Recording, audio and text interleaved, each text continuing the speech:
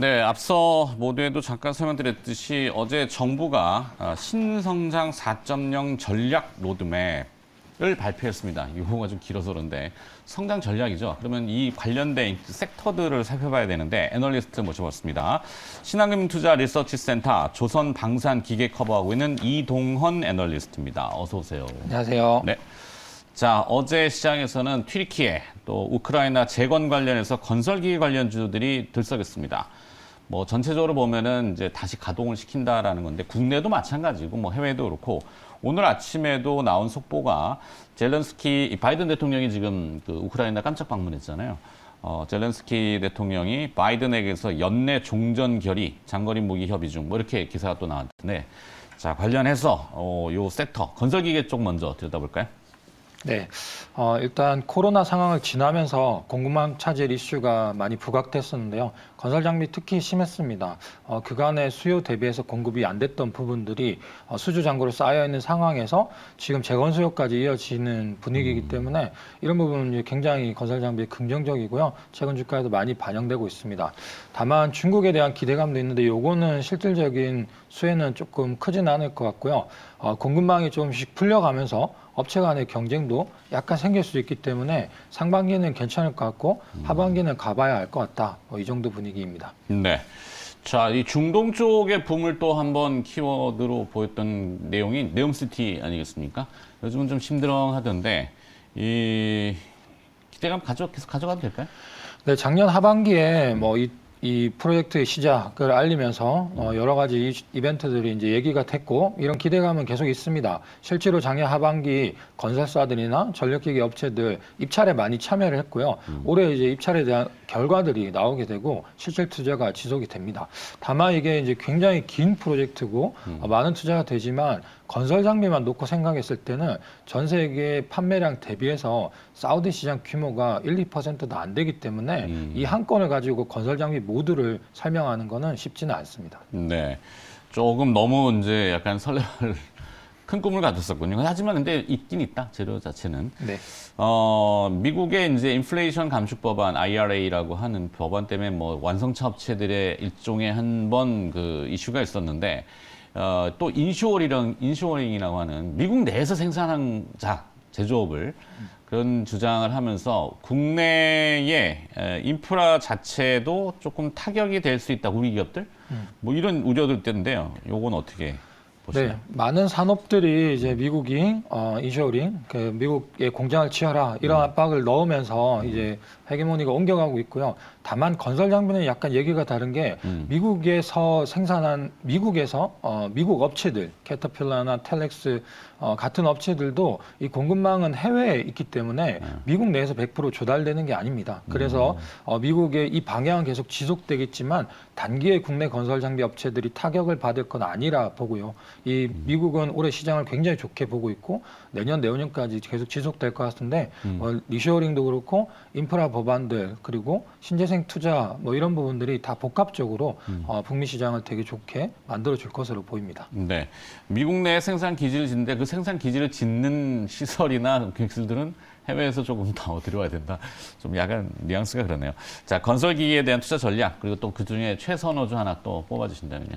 네, 중국에 대한 거를 약간 슬로우하게 봐야 될 것 같고 신흥국이 여전히 좋고 네. 북미 시장이 굉장히 좋은 상황이기 때문에 단기적으로 봤을 때는 현대두산 인프라코어나 현대건설기계 같은 종목들을 매매해 볼 수 있을 것 같고요. 조금 더 길게 보면 공통적으로 하는 이야기하고 북미 시장이 좋다는 이야기이기 때문에 네. 북미에 집중되어 있는 두산 바켓을 장기적으로는 추천을 드리고 있습니다. 네.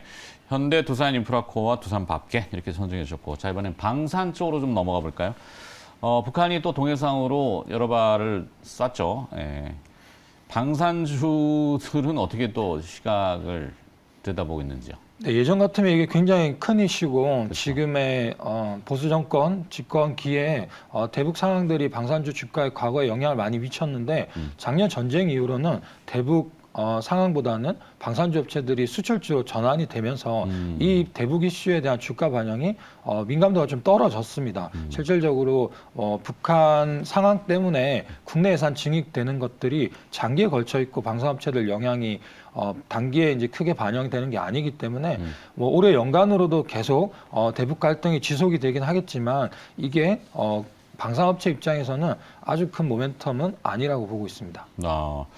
근데 방산도 이제 요즘 뭐 수출 주도 얘기들을 지금 말씀하신 대로 하던데 방산주에 대한 투자 전략하고 최선주 그 중에 또 선택적으로 하신다면? 네, 일단 수출을 봐야 되는데요. 국내 방산업체들 수출 다 연결되어 있습니다.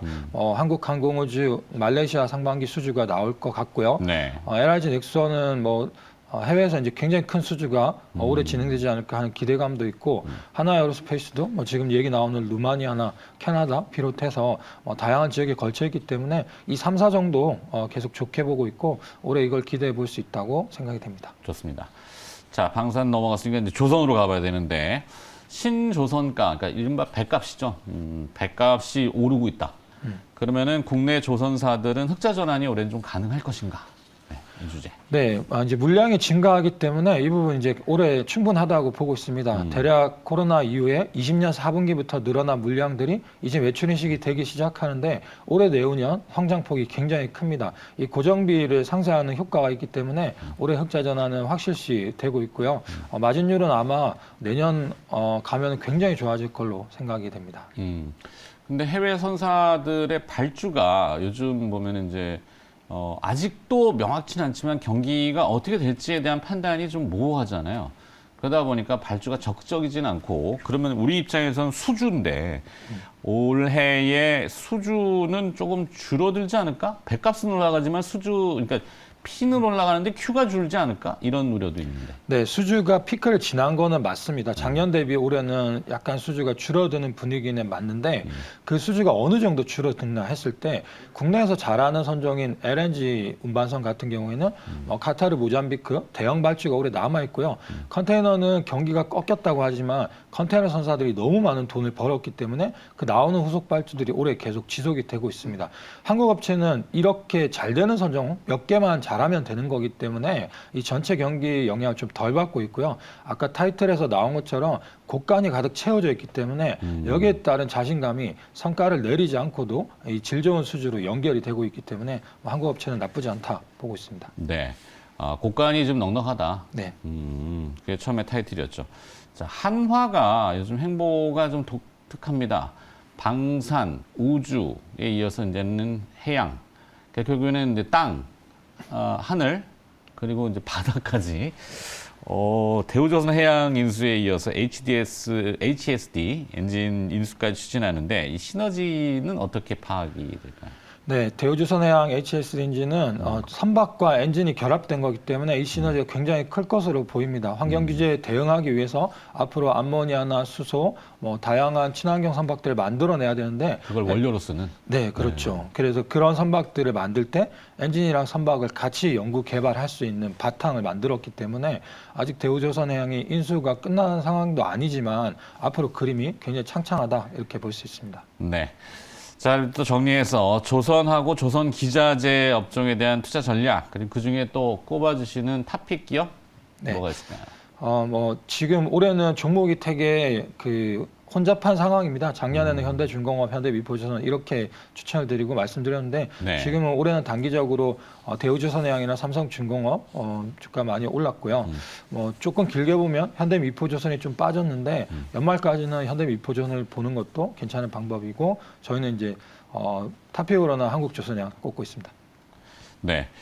자, 그리고 이제 여담으로 조금 추가 질문을 드리자면 어제 정부가 내놓은 신성장 4.0 전략 로드맵, 용어가 길어가지고. 근데 그 내용을 보니까 모빌리티 관광 프로젝트를 발굴해서 한국형 칸쿤, 이게 아마 멕시코의 그 휴양지를 얘기하는 것 같아요. 그래서 UAM으로 우리가 이제 보통 삼면이 바다다 보니까 그런 쪽의 로드맵들이 지금 이제 계속 나올 것 같거든요. 그러면 이제 기계 업종이나 뭐 이쪽을 또 커버하고 계시니까 UAM이라든지 아니면은 뭐 그쪽에 연결된 산업은 어떻게 될까요? 네, UAM은 뭐 장기적으로는 당연히 될 산업이라 보고 있고요. 하나 시스템이 제가 커버하는 쪽에서는 주도를 하고 하나 있는데 시스템 좋죠. 네, 한 주가는 2천 좀 무거워서 그렇지 지금. 네, 맞습니다. 뭐 이게 금리 인상기이기 때문에 이 신성장 산업에 투자하는 종목들이 가치를 제대로 못 받고 있는데 장기적으로 봤을 때는 이쪽 산업의 성장성이 굉장히 클 거기 때문에 이런 종목들은 장기 투자 관점에서 보시면 좋을 것 같습니다. 알겠습니다. 자, 여기서 마무리하겠습니다. 자, 조선 방산 기계를 어울러서 쭉 들여다봤고요. 신한투자증권 리서치센터 이동헌 애널리스트였습니다. 고맙습니다. 감사합니다.